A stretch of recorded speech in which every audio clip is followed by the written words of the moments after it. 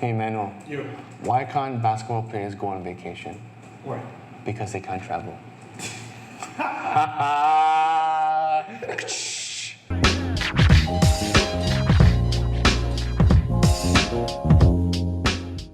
What's up guys? Welcome back to another episode of Kaki, Kartel, and today we have what I consider a highly anticipated basketball shoe which turned not so anticipated, a quick spoiler alert. But here we have, zoom out, the Nike Basketball Zoom BB NXT. I think that's the full name. If you look at the box here, it's the Nike Air Zoom BB NXT.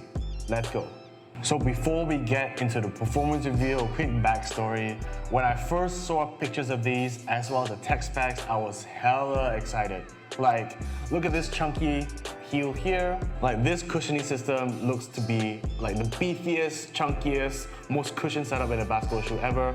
On top of that, they've also added Zoom cushioning here.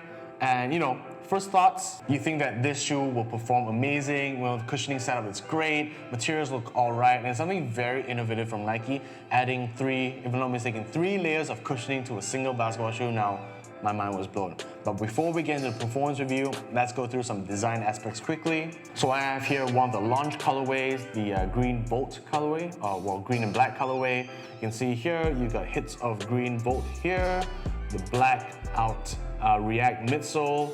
You have the Zoom pods here, you can see, well, you can sort of see.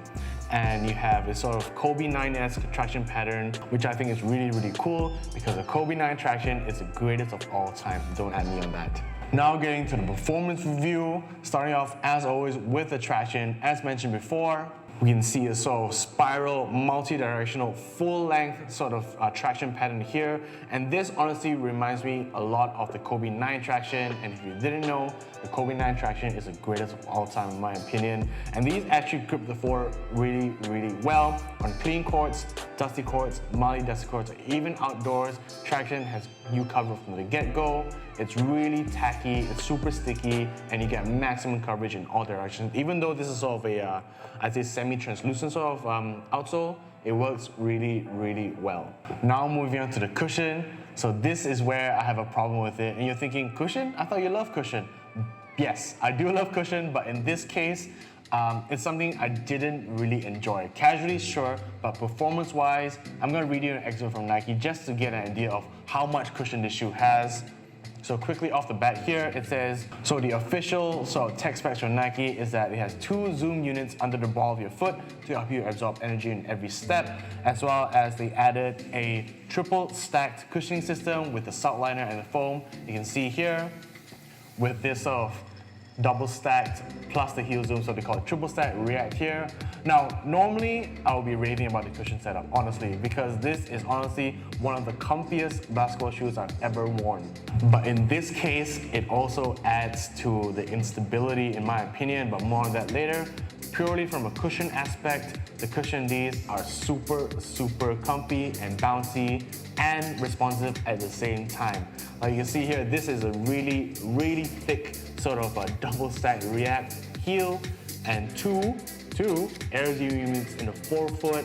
Now Air Zoom is honestly one of my favorite cushioning setups paired with a super responsive and soft React. It's every cushion lover's dream, honestly. So overall, from a cushion standpoint, it's really, really good. First step-in comfort is really nice and you won't be disappointed. So one more thing that I love about this cushioning setup is that they give you a React insole. So if you watch my previous video about the 2 different insoles, this will be a third one that I would love to see them manufacture. As you can see here, it's a React insole, you know, and if you've tried React cushioning before, you know what I'm talking about. So this actually gives an extra step-in cushion comfort, which I absolutely love about the shoe.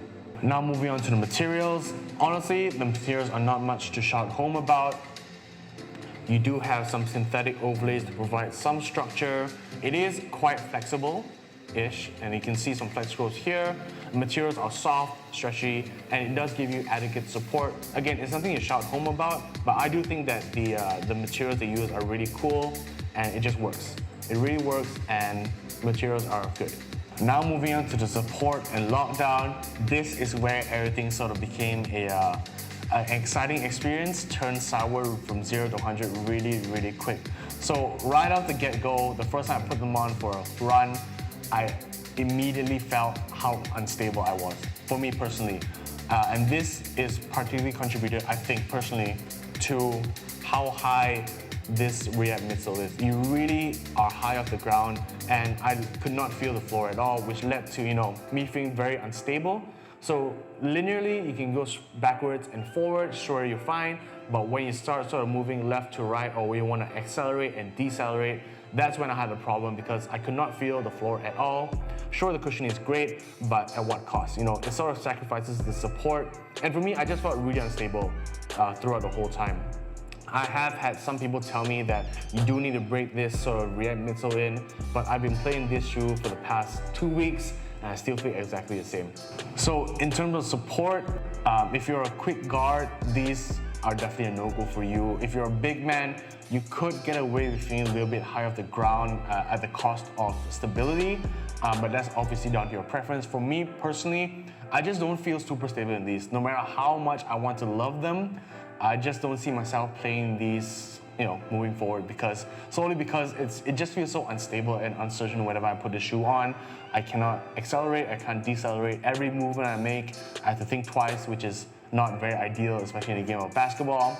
So support on these, unfortunately, aren't very good in my opinion, and yeah, just a little bit of a disappointment really. So with that aside, moving on to sizing, I went through the size in these, and it's what I recommend for most people. Even narrow footers, you're good going through the size as well, because this sort of heel pillow here sort of locks you in, and it gives you a really good size and fit. Once you lace your laces all the way to the top, you're locked in. True to size works well for most people, and it's what I recommend for most people going through the size. So overall, if you couldn't tell already, my excitement for this shoe when I first got them was here. And as I play more in them, it slowly dropped down to something I probably would not play in again. I will try and give this another chance, but I highly doubt the experience will be any different. So overall, if you do get a chance, go try them out in store. If you're really curious about a cushioning setup, then by all means go try them. If you feel unstable, then you'll know why. Overall, I do think that this cushioning setup should work, but it doesn't for some reason. But if this is a direction that Nike is going with in terms of a cushioning setup, I'm really excited to see what else they come up with next. So that takes care of the performance review, guys. Thank you for watching. If you like what you see, don't forget to subscribe down to Huddle down below, as well as follow me on Instagram at BTKicks for more sneaker content and performance reviews. Let me know your thoughts on this shoe. Did you have a similar experience to me? Were you excited? Were you disappointed? Let me know in the comment section down below. Until next time, guys, we out.